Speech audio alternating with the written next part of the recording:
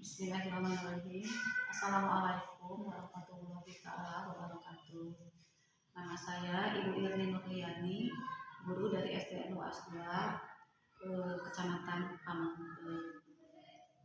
Hari ini akan mempresentasikan judul bukunya Si Tukang Sablon, karangan dari Seno Sudro, penerbitnya 3 Serantai.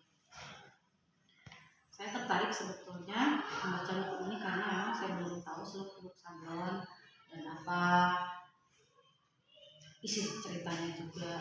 Jadi setelah saya baca ternyata ini ada seorang anak di kampung Singmenan di daerah Lombok.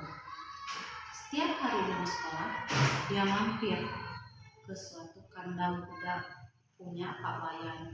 Namanya Pak Wayan, seperti orang Bali, padahal dia bukan orang Bali, dia sebetulnya orang Lombok. Sandi itu setiap hari ke sana hanya untuk melukis atau menggambar kuda yang ada di kandang kuda Pak Wayan. Dia tiap hari mau pergi sekolah pagi-pagi di situ. Dan setiap ke sana Pak Wayan selalu perhatikan, ini anak kenapa ya setiap kesana selalu melukis kuda, selalu melukis dari tiap sudut pandang, dari sebelah kiri, besoknya lagi dari sebelah kanan, terus dibiarkan. Pada suatu hari Pak Wayan bertanya, nah kenapa selalu setiap hari kesini? Ya Pak, saya tertarik ingin menggambar kuda Bapak Pak Wayan. Oh, nah itu hobi menggambar ya? Ya bukan hobi Pak, saya suka saja. Sandi itu merendah gitu. Nah, pada suatu hari dia menggambar serius sampai si gambarnya terciprat sampai bajunya. Kemudian Sandi pergi ke sekolah. Cepat kamu nak sekolah hari ini. Sandi pergi ke sekolah. Di sekolah Pak Guru sampai bertanya, kenapa nak itu baju? Saya menggambar Pak, jadi bajunya kecipratan spidol. Oh gitu. Nah, tiap hari seperti itu. Kemudian Pak Wayan mengajak, pada suatu hari mengajak, nah sudah saja kalau Nak Sandi hobi menggambar, kita masuk yuk ke rumah Bapak, ada yang menarik buat kamu tentunya. Bapak itu Pak, sini aja masuk katanya. Sandi yang hanya dia sebetulnya hobi menggambar, dia dilihat di dalam ruangan rumah Pak Wayan itu ternyata seorang ahli sablon, tukang sablon. Ini apa Pak? Dia kepo selalu bertanya-tanya sama Pak Wayan itu terangkan, oh ini buat menggambar di kaos, menggambar baju, menggambar sesuatu. Nah kemudian si Pak Wayan itu mengajarkan sama Sandi, kalau Nak Sandi tertarik setiap hari kesini saja ya. Oh iya kita belajar ya Pak ya.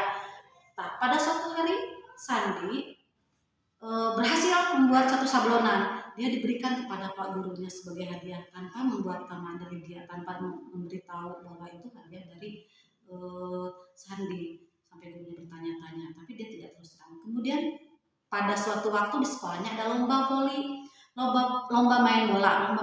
Dia tidak ikut campur, tidak ikut sebagai tim kesebelasan, tapi dia ingin sekali, walaupun sebetulnya dia karena badannya gendut, Sandi itu dia ingin berpartisipasi. Dia berpikir apa ya yang bisa dia sumbangkan buat sekolah. Nah setelah itu dia terpikir, sekolahnya itu mau bertanding dengan sekolah lain, tapi dia anak-anak yang di sekolah itu tidak bersemangat karena tidak punya kaos tim.